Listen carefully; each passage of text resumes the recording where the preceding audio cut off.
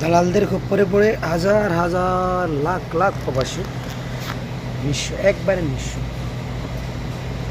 বেশিরভাগই দালালরা সৌদি আরব বা আরব যেগুলো কান্ট্রি আছে, এগুলোর মধ্যে দালালরা বলে যে কফি সুগার ভিসা, তারপরে রেস্টুরেন্টের ভিসা, তারপর বলে আপনার আবাসিক হোটেলের ভিসা, তারপর হারামে দিবে, সৌদি আরবে বলতে বলতে যে হারামে কাজ দিবে, তারপর বলে বড় বড় আপনার ভালো ভালো উন্নত মানের যেগুলো কাজ সেগুলো দিবে। কিন্তু বাস্তবতা কি এগুলি ভিন্ন।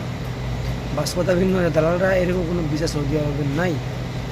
এরা সবাই সাপ্লাইয়ার ভিসা নিয়ে আসে এখানে, আনা পরে 3 মাসের একামা বলে। 3 মাস কিন্তু একামা না, এটা কিন্তু পাসপোর্টের 3 মাস মেয়াদ থাকে। আপনি একটা পাসপোর্ট দিয়ে সৌদি আরব হোক যে কোনো দেশে পাসপোর্ট দিয়ে ঢুকলে 3 মাসে একটা মেয়াদি আপনাকে সেটে সরকার আপনাকে 3 মাস থাকার বৈধতা দেয়। সেই হিসাবে আপনি 3 মাস থাকবেন, ওরা কিন্তু একামাও দেয় না। তো যারাই আসবেন অথবা আসতেছেন অথবা আসার মনমানিতা নিয়ে আসতেছেন, তাদেরকে বলি ভাই, এরকম বিষয়ে আসেন না। আসলে জীবনটা একবারে তছনছ হয়ে যাবে।